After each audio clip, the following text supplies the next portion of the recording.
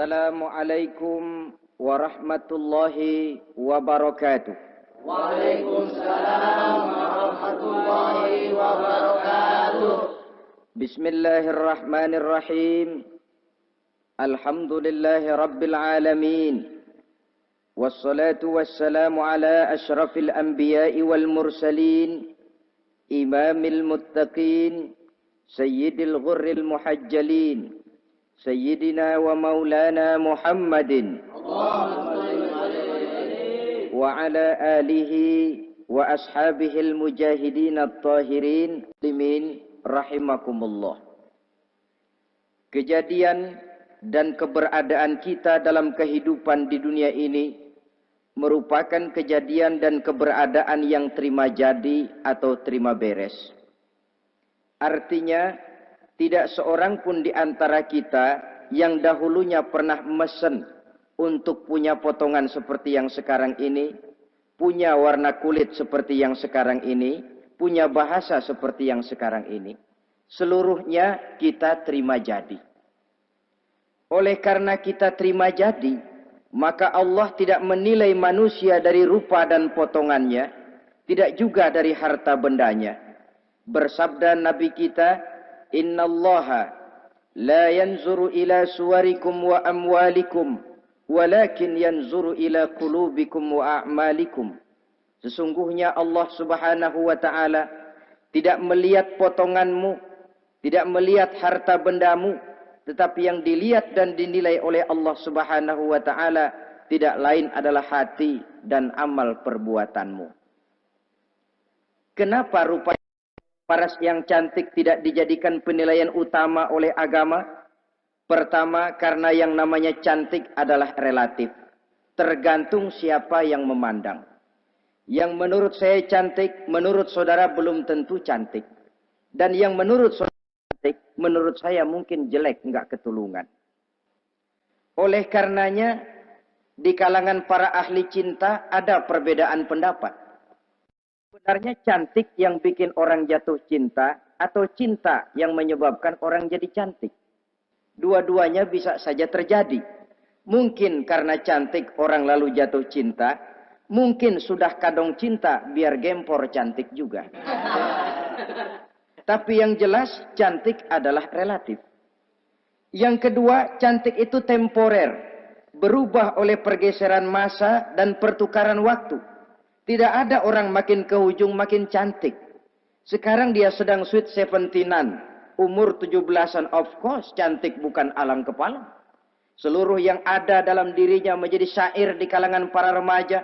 Rambutnya katanya ikal berderai. Pipinya bakpao dilayang.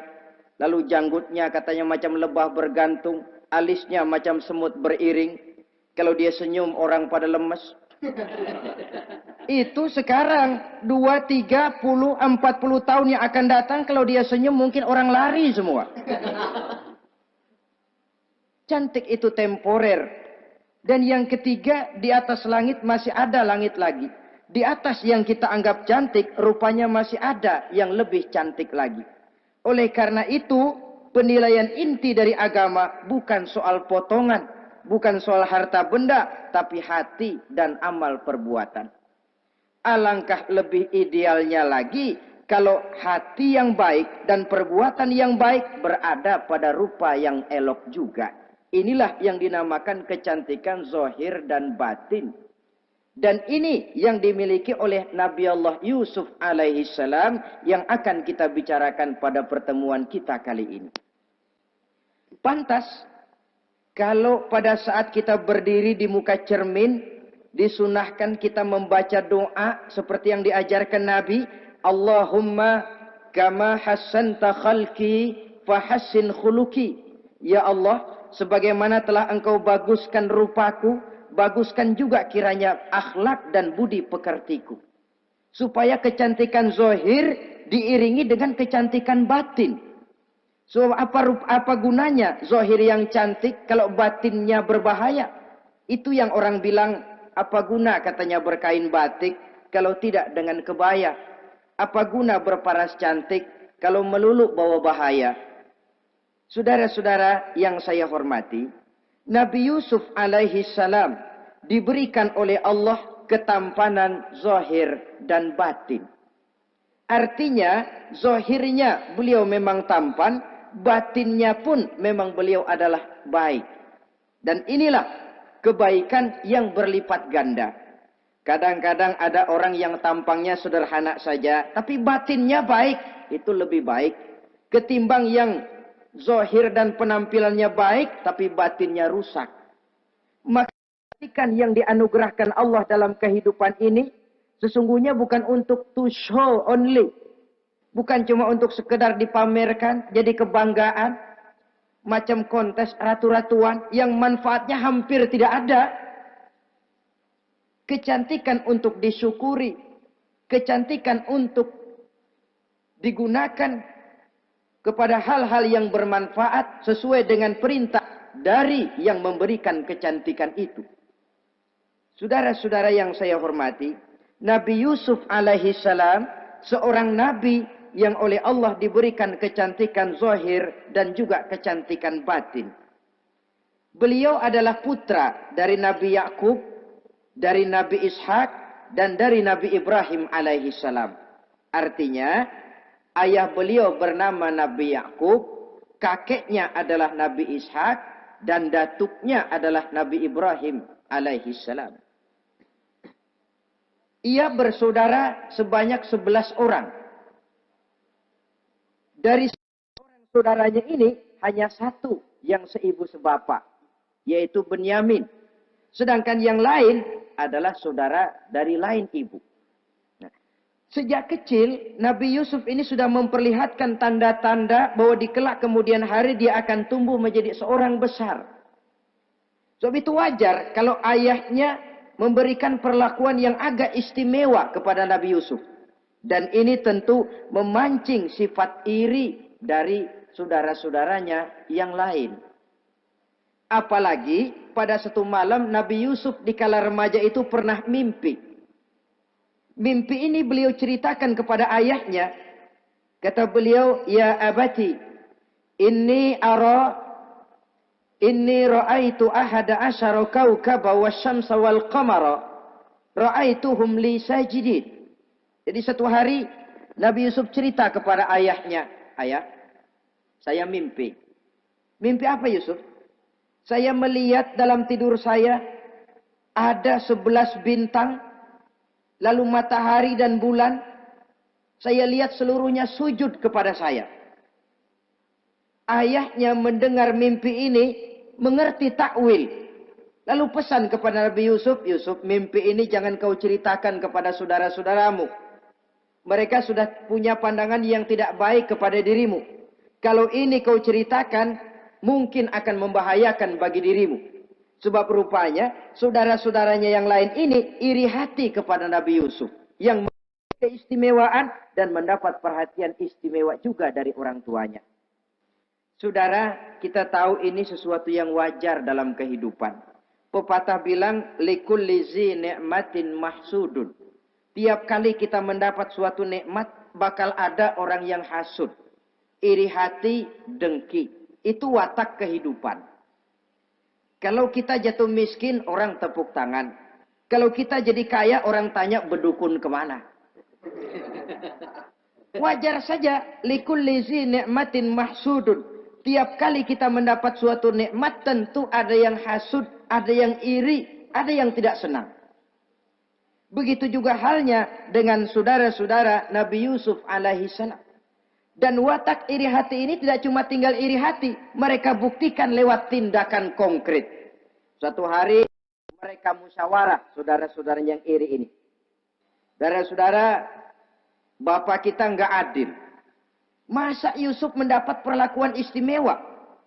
Wa nahnu usbah, sedangkan kita ini golongan yang lebih besar. Dari 12 orang anaknya, masa cuma satu Yusuf yang mendapat perlakuan lebih istimewa? Kita ini yang 11 dianggap angin apa? Nggak adil abah kita ini. Iya, tapi caranya bagaimana? Apa kita omelin bapak? Jangan. Habis Yusuf singkirin.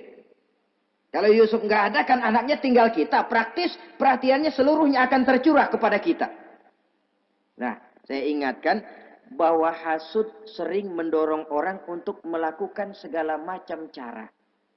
Artinya, orang itu kalau sudah dibakar sifat dengki, iri hati, dia rela melakukan apa saja. Pertama, agar nikmat yang ada pada diri orang lain hilang.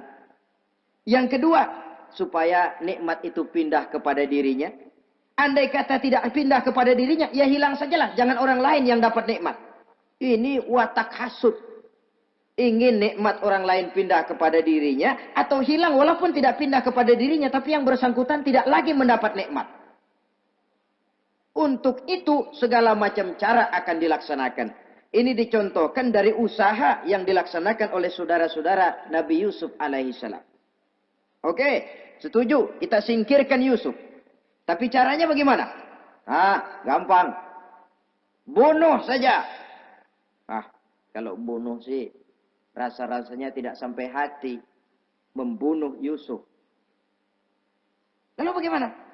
Kita kucilkan saja dia. Kita asingkan dari sini, kita buang jauh-jauh, supaya dia tidak ada lagi kelihatan dalam pandangan Abah. Kalau dia sudah tidak ada dalam pandangan Abah, yang dilihat cuma kita, dan seluruh kasih sayangnya akan tercurah kepada kita semua. Nah, setujulah kalau itu. Caranya nanti kita atur belakangan. Jadi satu hari permisilah saudara-saudaranya ini kepada Nabi Yakub. Abah, kami permisi mau pergi main-main dan Yusuf akan kami ajak. Kata Nabi Yakub, saya khawatir. Nabi Yakub sudah melihat gelagat yang tidak baik. Sudah ada semacam firasat. Saya khawatir kalau Yusuf kau bawa, nanti dia akan kena celaka. Atau dimakan oleh serigala, sedangkan kamu nanti akan lalai. Kata anak-anak yang lain, percaya dah Pak, saya akan jaga. Saya kan saudaranya, masa tega membiarkan Yusuf celaka atau dimakan serigala. Pokoknya aman, sip dah.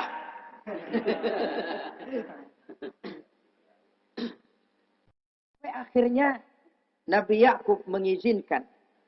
Pergilah 12 bersaudara ini pergi bermain-main. Mula-mula berkejar-kejaran, Yusuf ikut main kejar-kejaran. Lantas buka baju, Yusuf ikut buka baju. Sampai ketika tiba di tepian sebuah sumur tua, rencana yang sudah disepakati itu dilaksanakan. Nabi Yusuf diangkat beramai-ramai, digotong, lalu dimasukkan, diceburkan ke dalam sumur mati itu. Kemudian baju Nabi Yusuf itu mereka basahi dengan darah kambing. Setelah itu mereka pun pulang menemui Nabi Yakub alaihi salam dengan rasa sedih yang dibikin-bikin. Ini penyakit hasud. Jadi kalau orang hasud kepada kita, begitu kita mendapat kesulitan, dia datang dengan air mata buaya. Belagak sedih, belagak ikut berduka cita, padahal sih hatinya sorak. Padahal batinnya girang bukan main. Pak, saya ikut berduka cita, Pak, saya ikut sedih. Padahal hatinya biar mampus loh. Ini yang dilakukan oleh saudara-saudara Nabi Yusuf. Mereka datang dengan air mata berurai, nangis, Abah. Ketika kami sedang main-main, Abah, kami lupa. Kami tinggalkan Yusuf sendirian. Ketika kami balik, kami cuma mendapati bajunya sudah berlumur darah. Barangkali saudara kami Yusuf dimakan oleh serigala. Nabi Yakub tercenung. Ternyata firasatnya adalah benar. Baju Nabi Yusuf itu yang berlumur darah kambing, buatan saudara-saudaranya yang hasud tadi, diciumi dan dipeluk oleh Nabi Yakub. Kepedihan seorang ayah yang ditinggalkan oleh anak tercintanya. Saudara, adapun Nabi Yusuf alaihi salam tercebur di sumur mati itu. Sampai pada satu hari ada khalifah, ada kafilah niaga dari negeri Madian hendak menuju ke negeri Mesir, lewat di tempat itu. Ketika salah seorang mereka bernama Malik bin Dho'ar hendak mengambil air, timba diturunkan ke dalam sumur. Begitu diangkat, ini air kok berat amat. Makin diangkat, makin berat. Sampai di atas, bukan air, orang isinya. Ada orang di ember. Dia lihat rupanya sangat tampan, elok, cantik. Ini barangkali anak bangsawan ini. Parasnya begini cantik, begini tampan. Ini kalau dijual di Mesir nanti tentu harganya mahal nih. Order nih. Objek. Maka dibawalah Yusuf ini ke negeri Mesir. Setibanya di sana, diperjualbelikan sebagai budak belian. Nah, nasib baik, rupanya Yusuf ini ketika terjadi pelelangan, dibeli oleh seorang pembesar istana, seorang menteri yang bernama Kitfir. Kitfir melihat, ini cantik anak remaja ini. Tampangnya elok, parasnya indah, kelihatannya budi pekertinya pun halus. Kita ambil saja ini, kata Kitfir kepada istrinya Zulaikha. Kita angkat dia jadi anak, siapa tahu nanti dia memberikan manfaat yang besar bagi kita. Baiklah, baiklah. Dan sejak saat itu, Yusuf dipelihara di rumah Kitfir dalam istana yang tinggal bersama istrinya Zulaikha. Menurut satu riwayat, 10 tahun lamanya Nabi Yusuf tinggal di tempat Kitfir. Dan selama 10 tahun itu, tentu terjadi perkembangan, baik jasmaninya maupun rohaninya. Dari anak-anak, ia berubah menjadi remaja, lalu meningkat ke arah dewasa. Makin matang kedewasaannya, makin tampan dan elok parasnya. Makin cantik budi pekertinya, ditempa oleh watak kenabian yang disiapkan oleh Allah Subhanahu wa Ta'ala. Sehingga tidak heran, ketampanan Nabi Yusuf ini lalu jadi buah bibir di kalangan istana. Tidak cuma anak perempuan bangsawan, tidak cuma istri para penguasa, sampai kepada kelompok orang awam selalu berandai-andai. Kalau saja, andai kata, umpama saya bisa berdampingan dengan Yusuf, kalau saja. Kata-kata kalau saja ini keluar dari perempuan-perempuan yang melihat Yusuf alaihissalam. Dan yang unik, kecantikan Nabi Yusuf itu, kalau dia berdampingan dengan orang yang jelek, si jelek ini ikut sedikit cantik. Biasanya kan kalau ada orang ganteng, duduk berdampingan sama orang jelek, ganteng makin kelihatan kegantengannya, yang jelek makin demek. Itu biasanya.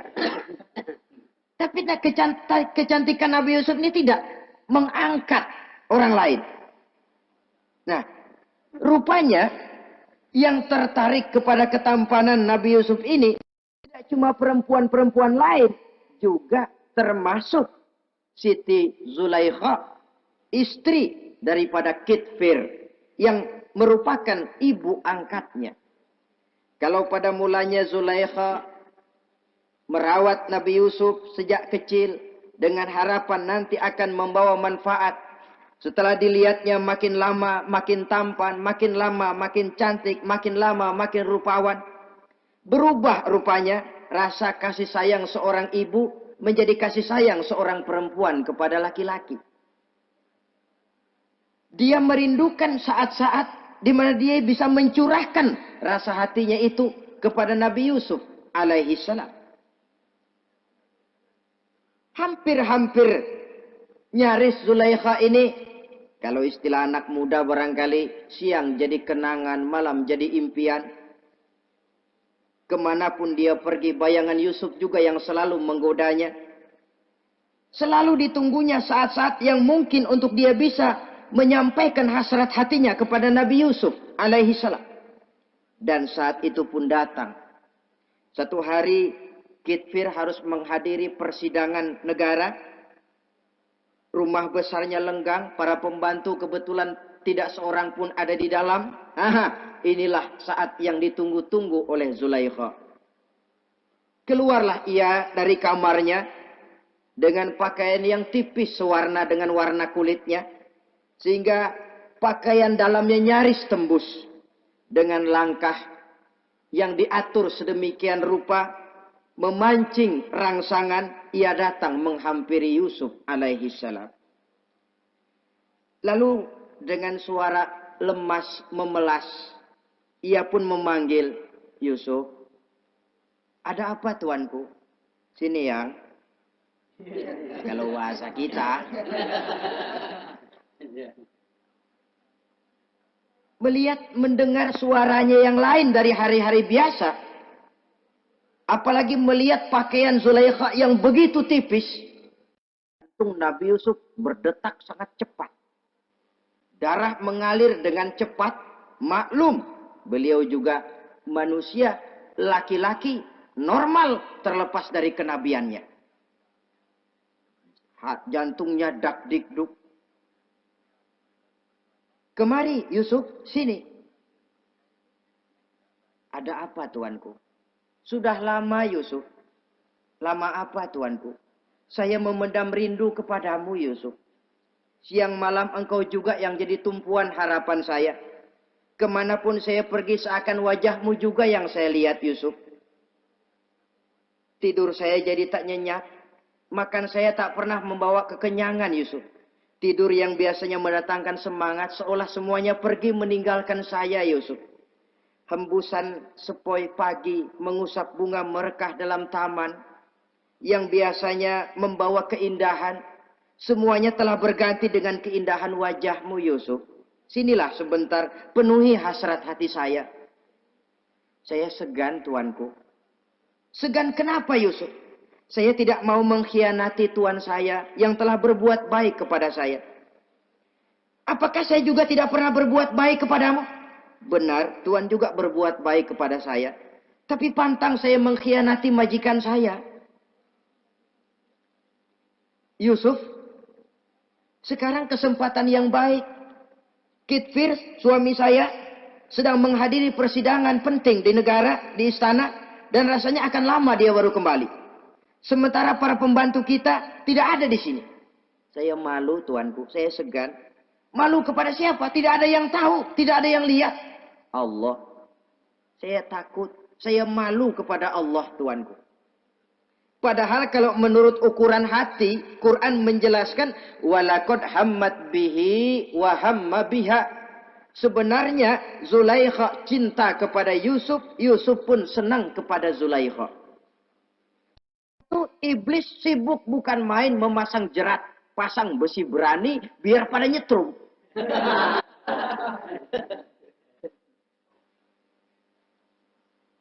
Zulaikha senang Yusuf, Yusuf sebenarnya pun secara manusiawi menyenangi Zulaikha.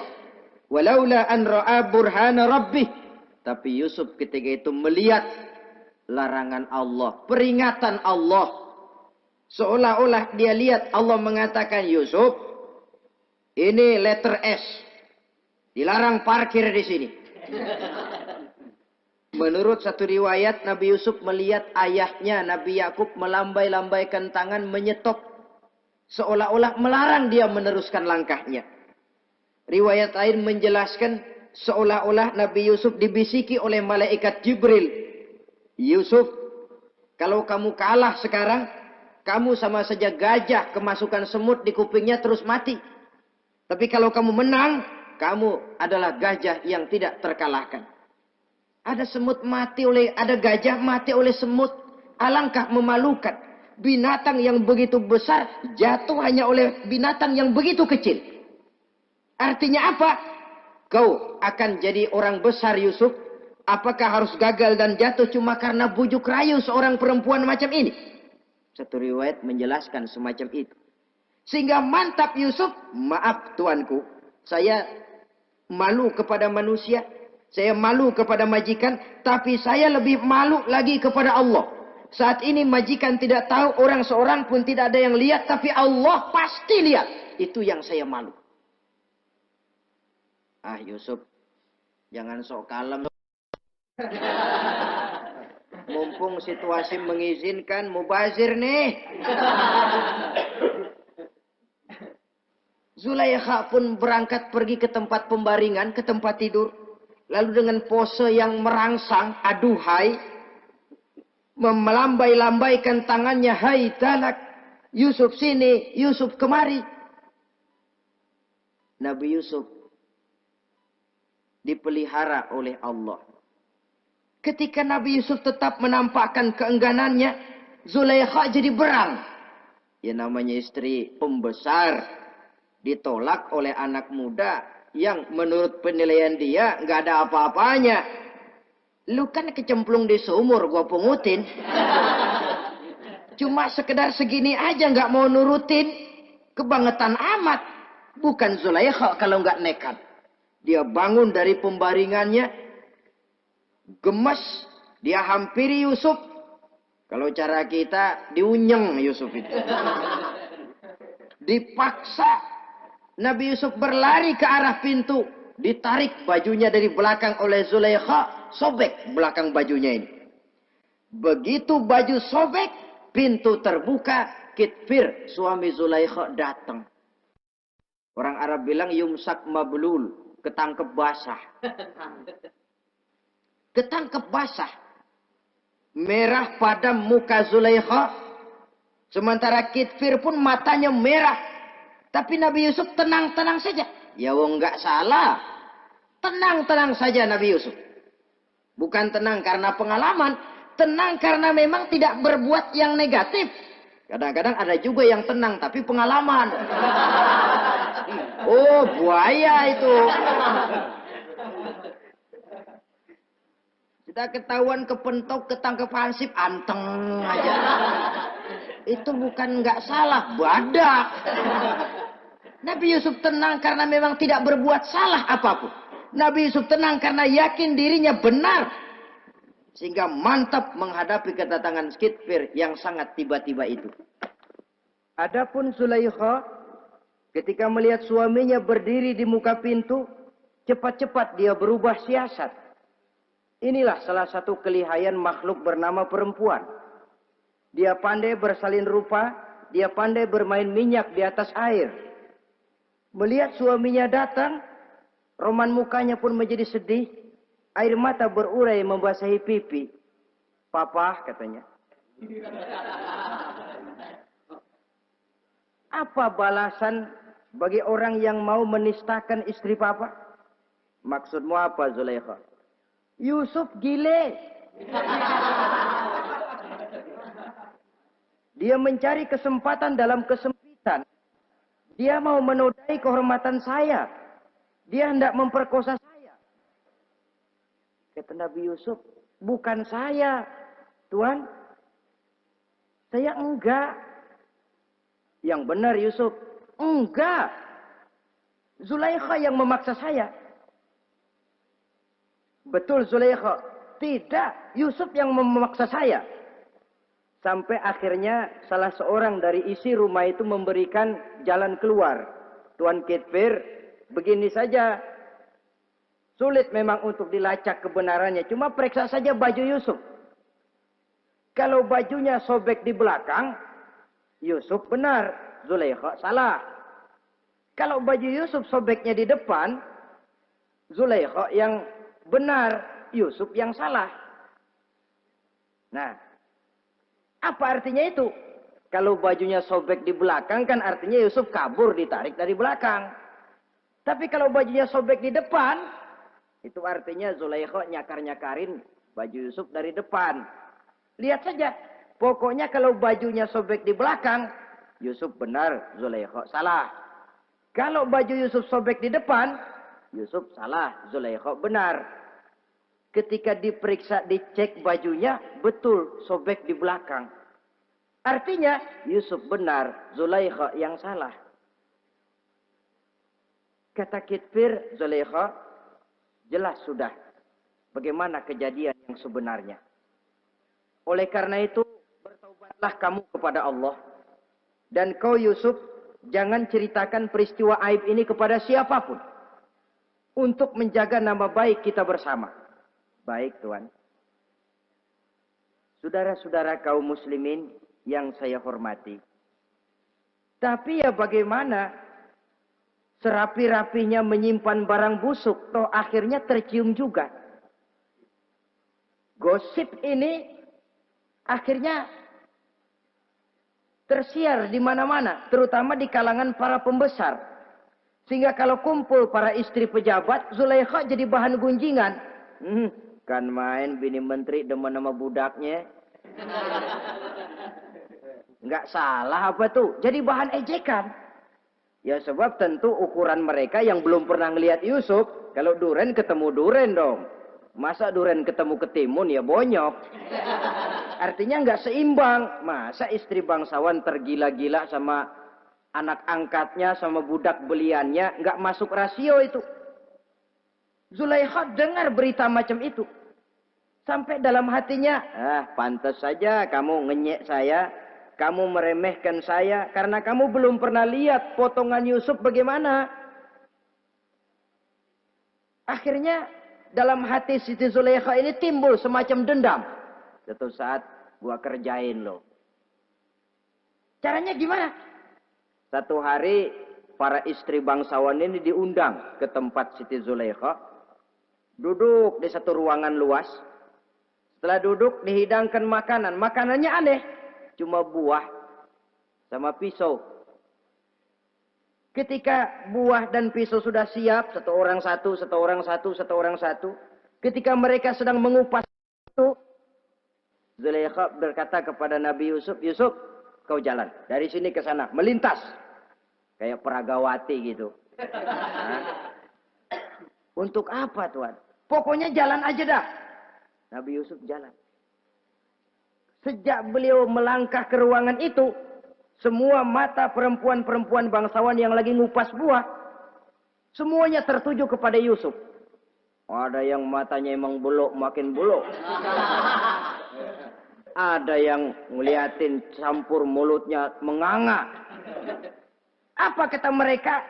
Falamma ra'ainahu akbarnahu wa qatta'na aydiyahunna wa qulna hasya lillah ma hadza bashar in hadza illa malakun karim.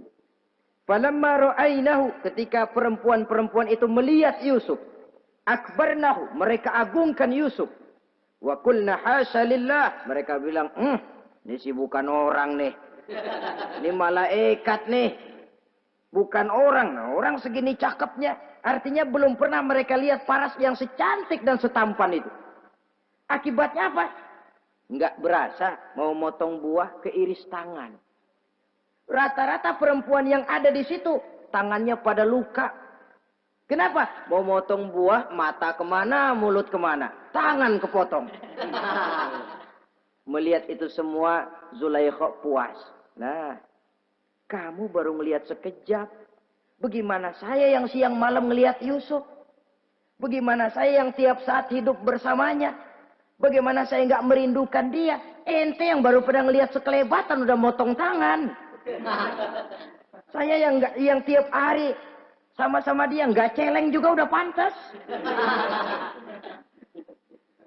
Saudara-saudara kaum muslimin yang saya hormati. Akhirnya untuk menjaga nama baik keseluruhannya, Nabi Yusuf pun mengalah. Karena berita ini sudah tersiar, Yusuf dipojokkan, tidak cuma sekedar dipojokkan, beliau dimasukkan ke dalam penjara. Tapi apa kata beliau? Rabbis sijnu ahabbu ilayya mimma yad'unani ilaih. Ya Allah, kalau memang karena resiko penolakan saya terhadap ajakan Zulaikha menyebabkan saya harus masuk penjara, penjara lebih saya sukai, penjara lebih saya cintai ketimbang ikut kemauan Zulaikha. Saudara-saudara, kadang-kadang kita berpikir, kalau kesempatan itu datang kepada kita, mampukah kita menjatuhkan pilihan seperti pilihan Nabi Yusuf ini? Lebih baik penjara ketimbang mengikuti bujuk rayu perempuan untuk melakukan perbuatan yang menyeleweng ini. Ini yang dipilih oleh Nabi Yusuf. Tegar. Kalau memang sebagai resikonya saya harus masuk penjara, penjara lebih saya cintai, penjara lebih saya suka daripada mengikuti bujukan Zulaikha. Teguh karena suatu prinsip. Bukankah dalam perjuangan menegakkan akidah, Kadang kita mendapat piala, tapi tak jarang kita berhadapan dengan penjara. Kadang kita disanjung, kadang kita dicaci. Itu romantika perjalanan dari yang namanya perjuangan. Tapi pilihan harus ada.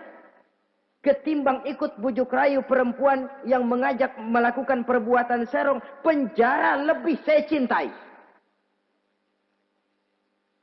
Sudah pada saat hendak diajak tidak ada yang melihat, beliau menolak. Akibat penolakannya pun masuk penjara, tapi penjara lebih menyenangkan hatinya. Ketimbang hidup merdeka, tapi jiwa terpenjara.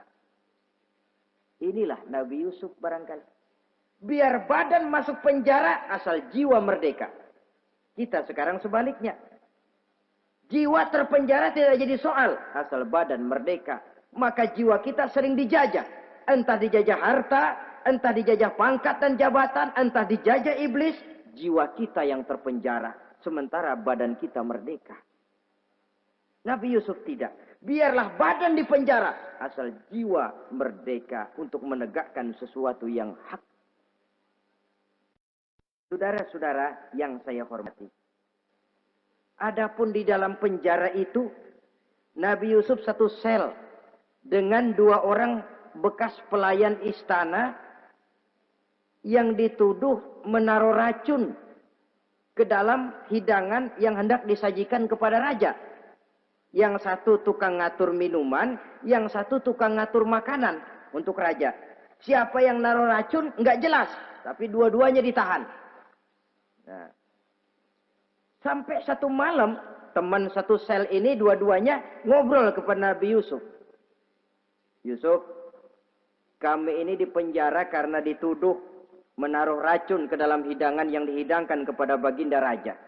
Siapa yang salah, kami sendiri tidak tahu. Saya enggak ngerasa naruh racun, kata yang tukang ngatur minum. Saya juga enggak, kata yang tukang ngatur makan. Sampai satu malam, mimpi. Mimpi itu diceritakan kepada Nabi Yusuf. Kata yang tukang ngatur minuman, Yusuf, saya mimpi. Saya memeras anggur, lalu menghidangkannya kepada baginda raja. Apa arti mimpi saya? Kata yang tukang hidangin makanan, kalau saya Yusuf, saya ngimpi menjunjung roti di atas kepala saya, itu roti dipatokin burung. Apa arti mimpi saya? Saudara-saudara, Nabi Yusuf tersenyum. Adapun kamu yang mimpi memerah anggur, kamu akan keluar dari penjara bebas dan akan kerja lagi di istana. Adapun kamu yang mimpi menjunjung roti dipatokin burung, kamu akan dihukum mati, disalib, dan kepalamu akan dipatokin oleh burung. Ini tukang roti ngotot, bisa aja lu ah. Ya lempengan apes ramalannya.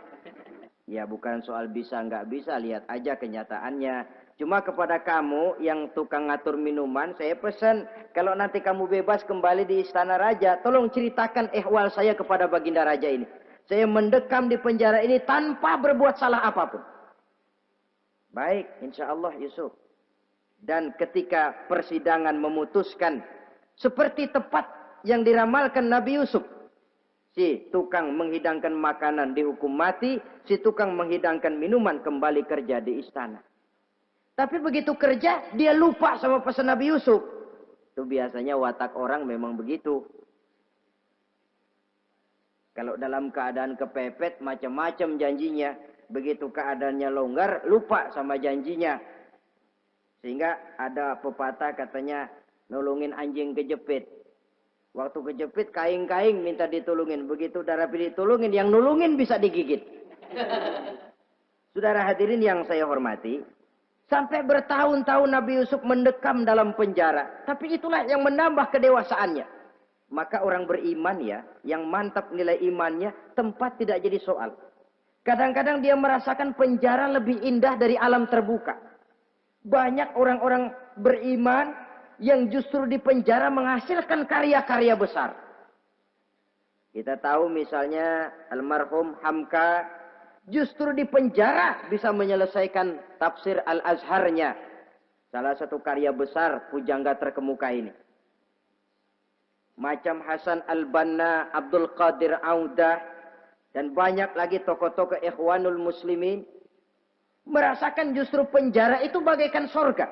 Kenapa? Mereka yakin di penjara untuk sesuatu yang benar. Maka tempat tidak pernah jadi masalah. Kalau jiwa merdeka puluhan tahun mendekam di penjara, tidak akan merupakan satu rasa yang lama. Kenapa? Jiwa tidak bisa dibatasi oleh ruangan 2 kali 3 meter.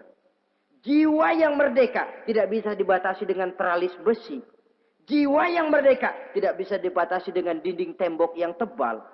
Jiwa yang merdeka mengembara, melanglang buana, mencari idealisme yang ada dalam dirinya.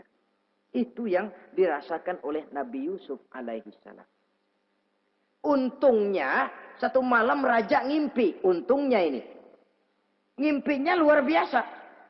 Ada 7 ekor lembu gemuk-gemuk. Makanin 7 ekor lembu yang kurus-kurus. Lalu ada 7 batang gandum yang isinya gemuk-gemuk. Ada 7 batang gandum yang sudah layu-layu. Nah, pagi-pagi ini seluruh dukun-dukun istana dikumpulin. Para ahli nujum apel menghadap baginda raja. Nujum, dukun, ada apa Tuan Raja? Tadi malam saya ngimpi. Ada 7 ekor lembu gemuk-gemuk memakan 7 ekor lembu yang kurus-kurus. Coba takwilkan apa arti mimpi saya itu. Dukun kata, baru tumben nih. Aku dengar mimpi begini. Kata Nujum ditanya Nujum godek. Ah, Tuan Raja itu mah kembang tidur aja kali ah. Tidak seorang pun yang mampu mentakwilkan arti mimpi baginda. Sampai tukang minuman dengar lapor. Tuan Raja, ada apa, Mas? Saya waktu di penjara, ada seorang anak muda namanya Yusuf. Dia mentakwilkan mimpi saya dan pas seperti takwilnya. Ah, panggil Yusuf. Dipanggil Yusuf. Dibukain pintu penjara, masuk tukang anggur, tukang minuman ini. Yusuf, ente, iya. Kemana aja? Itu dia Yusuf, kelupaan. Iya, kalau kelupaan sehari 2 hari barangkali bisa ditolerir. Kelupaan bisa tahunan. Cuma begitu dengar ada mimpi, pikir tukang minuman. Ah, kali aja ini Yusuf bisa takwilkan, kan jasa saya nemuin Raja sama Yusuf kan. Komisi lumayan. Begini Yusuf, baginda Raja mimpi begini-begini. Barangkali kau bisa takwilkan, kau dipanggil menghadap Tuan Raja. Berangkatlah Yusuf menghadap Tuan Raja. Sesampainya di sana, mohon maaf Tuan Raja. Menurut takwil saya, arti mimpi Tuan Raja itu akan datang satu masa di mana 7 tahun lamanya negara ini subur, makmur, aman, tentram, gemah, repah, loh jenawi, toto tentrem, kertora harjo. Tapi akan datang setelah itu 7 tahun lamanya di mana musim kemarau membahana, tanah menjadi kering, gagal, rakyat diancam kelaparan. Dan kita harus siap-siap untuk itu. Itu takwil mimpi Tuhan. Caranya bagaimana Yusuf mengatasi krisis kelaparan ini?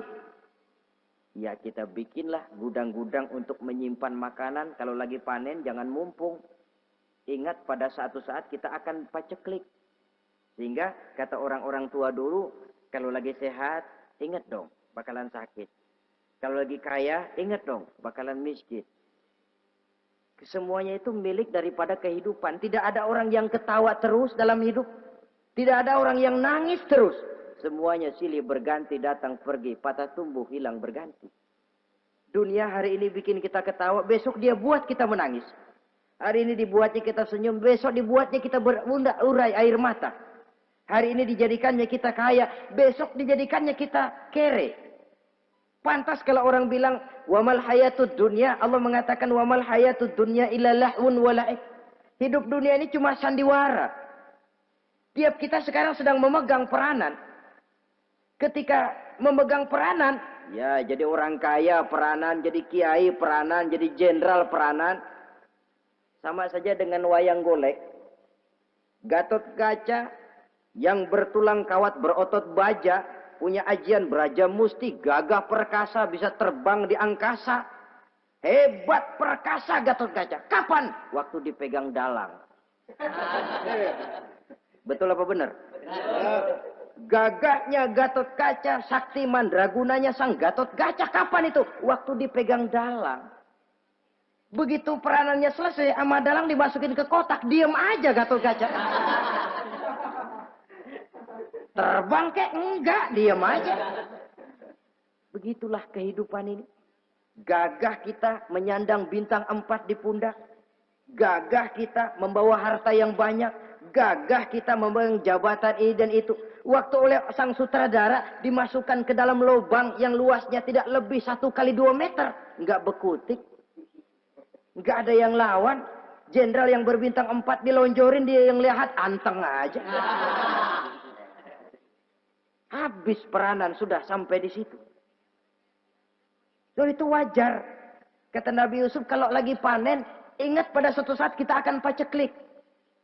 Jangan giliran panen, panen besar. Di daerah-daerah kita lihat, sudah panen pesta pora. Bukan bersyukur kepada Allah. Tapi kegembiraan itu diwujudkan dalam bentuk lain. Tontonan yang membuat lupa diri, bermabuk-mabukan. Sehingga kadang-kadang kalau di daerah itu katanya kalau musim panen, musim kawin. Musim paceklik, musim cerai. Saudara-saudara kaum muslimin yang saya hormati. Karena itu, dalam satu hadis Nabi ingatkan, ta'arraf ilallah firraha ya'rifka fisyiddah. Ingatlah kepada Allah di waktu kamu senang, supaya Allah ingat kepadamu waktu kamu susah. Kalau waktu senang kita lupa kepada Allah, ya wajar. Kalau waktu susah, Allah juga lupain kita. Dalam terjemahannya dengan kehidupan beragama, وَمَنْ أَعْرَضَ عَنْ ذِكْرِي فَإِنَّ لَهُ مَعِيشَةً ضَنْكَ وَنَحْشُرُهُ يَوْمَ الْقِيَامَةِ أَعْمَى. Siapa yang berpaling daripada peringatanku, kata Allah, aku akan berikan dia penghidupan dan kehidupan yang sempit.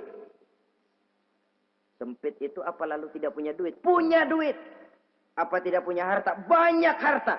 Tapi banyaknya harta, tumpukan duit tidak membuat hatinya makin luas. Tidak membuat hidupnya makin lapang. Sempit, sempit, dan sempit. Itu azab. Yang paling celaka. Wa nahsyuruhu yaumal qiyamati a'ma. Di akhirat kami kumpulkan dia bersama orang-orang buta. Allahu Akbar. Di padang mahsyar, dikala orang sibuk, pusing dengan urusan masing-masing. Buta lagi. Yang enggak buta aja pusing. Mereka teriak-teriak. Qala rabbi lima hasyartani a'ma wa qad kuntu basira. Ya Allah, kenapa kami buta? Padahal waktu di dunia kami melihat. Allah jawabnya enak aja. Kadzalika atatska ayatuna fanasitaha wa kadzalika al-yauma tunsa. Rasain dulu. Dulu waktu di dunia datang peringatanku pada belaga pilon, kamu lupakan, sekarang juga pantas kamu dilupakan. Waktu susah kamu lupa, waktu senang kamu lupa Allah. Waktu susah juga pantas kamu dilupakan Allah. Waktu di dunia kau berpaling dari peringatan Allah. Kalau sekarang Allah berpaling kepadamu juga adil. Walaupun kalau Allah mau tidak berpaling juga adil. Sebab Allah itu mutlak. Tidak ada yang membatasi apa yang dimaui oleh Allah. Saudara-saudara kaum muslimin, itu pesan Nabi Yusuf. Bikin gudang yang besar, simpan bahan makanan untuk persediaan musim kemarau. Kalau begitu sekalian aja deh Yusuf. Sekalian bagaimana Tuan Raja? Kau saya angkat jadi menteri urusan makanan dan urusan kemakmuran. Tuan Raja, apa enggak terburu-buru? Kau bisa mentakwilkan mimpi saya, bahkan kau bisa mencari jalan keluar. Ini sudah sesuatu yang menguntungkan Yusuf. Mencari jalan keluar ini pemikiran yang menteri saya belum bisa berpikir kayak kamu. Sudah, kau pegang jabatan ini. Nabi Yusuf tidak minta, diberikan. Dan memang ada pesan, jangan memberikan jabatan kepada orang yang meminta. Tuh, kalau orang sudah minta tentu ada pamrih dan ada tendensi. Jangan memberikan jabatan kepada orang yang banyak ngeluarin duit untuk mencapai jabatan itu. Sebab apa? Kalau orang mendapat satu jabatan karena banyak ngeluarin duit, maka pekerjaan pertama yang akan dilakukan setelah mencapai jabatan itu ialah dia akan berpikir, bagaimana caranya biar modal gua pulang. Orang jadi gubernur, jadi menteri karena banyak ngeluarin duit. Belum dia sempat kerja buat kepentingan rakyatnya. Dia lebih dulu akan berpikir bagaimana duit yang saya keluarin supaya pulang. Sisanya kalau ada, barulah untuk kepentingan rakyat. Itu pun kalau keburu. Saudara-saudara yang saya hormati, Nabi Yusuf tidak pernah minta jabatan. Raja memberikan jabatan itu. Dan tepat seperti takwil beliau, musim kemarau datang, rakyat dilanda kelaparan, lalu berbondong-bondong ke istana mencari bahan makanan. Yusuf langsung mendrop bahan makanan ini. Alhasil saudara-saudara, bahaya kelaparan ini sampai juga ke daerah tempat di mana Nabi Yakub tinggal. Lalu beliau utus anak-anaknya. Saya dengar di negeri Mesir ada seorang menteri muda yang tampan dan baik hati. Pergilah kau ke sana dan mintalah makanan darinya. Berangkatlah mereka ini. Saudara-saudara, Nabi Yusuf lihat, ini saudara-saudara saya ini yang dulu nyeburin saya ke sungai. Sekarang pada antri minta jatah makanan. Kalau kita lagi di atas ngelihat orang di bawah kan enak. Yang bawah kelagapan. Kayak orang sedang berkuasa, namanya lagi berkuasa, ngomong apa juga benar. Orang kalau lagi berkuasa, kentut bagus masih. Tapi kalau sudah jatuh, jangankan apalagi buang angin, batuk aja diomelin. Miskin batuk melulu lah. Di atas itu, posisi di atas gampang buat mob. Andai kata Nabi Yusuf waktu itu mau menteror, membalas saudara-saudaranya, kesempatan emas. Tapi memang hatinya, hati yang mulia, jiwanya jiwa yang besar. Diberinya saudara-saudaranya itu makanan. Tapi dia tidak memperkenalkan diri dan saudaranya pun tidak mengenali kalau itu Yusuf. Kalau kita kan yang enak. Ingat nggak dulu? Saya diceburin ke sumur. Sekarang gantian ya. Ayo baris lo, gue ceburin atu-atu. Nabi Yusuf tidak. Diberinya saudaranya makanan. Lalu pesan. Lain kali kalau kemari lagi mau mengambil makanan. Saudaramu yang namanya Benyamin bawa ke sini. Tanpa dia saya nggak mau ngasih makanan lagi. Ya sudah. Pulang saudara-saudaranya ini. Lapor kepada Nabi Yakub. Abah. Itu menteri pesan kalau kamu mau ngambil makanan lagi Benyamin harus dibawa. Kalau nggak dibawa kami nggak akan dikasih makanan. Nabi Yakub curiga lagi. Dulu Yusuf hilang. Sekarang nih Benyamin ini saudara sekandung Nabi Yusuf. Kalau yang lain satu bapak lain ibu. Tapi dengan Benyamin ini satu ibu satu bapak. Ini Benyamin mau digituin lagi. Bagaimana? Pokoknya Pak yang dulu-dulu kami udah tobat dah. Sekarang mah bener-bener banget dah nih. Biasanya sekali lancung ke ujian itu, seumur hidup orang nggak percaya. Sampai akhirnya, Benyamin pun dibawa ke sana. Saudara-saudara yang saya hormati, terjadilah pertemuan Yusuf dengan Benyamin. Dan akhirnya, saudara-saudaranya ini dijelaskan siapa menteri itu sebenarnya, diminta menjemput Nabi Yakub. Bertemulah Nabi Yusuf dengan ayahnya Nabi Yakub alaihissalam. Adapun Kitfir sudah lama meninggal, Zulaikha pun sudah menjadi janda. Namun dalam jandanya, dia tetap merindukan Yusuf siang dan malam. Didambakannya kapan saat pertemuan akan terjadi. Sampai ketika satu hari didengarnya, Yusuf akan meninjau satu daerah, dia sudah diri paling depan. Ketika Yusuf lewat, dia nyindir dengan katanya, Maha suci Allah yang memuliakan orang yang takwa dan menghinakan orang yang berdosa. Merasa ada sindiran, Yusuf nengok. Zulaikha kan? Iya Yusuf. Kitfir bagaimana? Sudah meninggal. Lalu keperluanmu apa sekarang? Saya cuma memerlukan engkau Yusuf.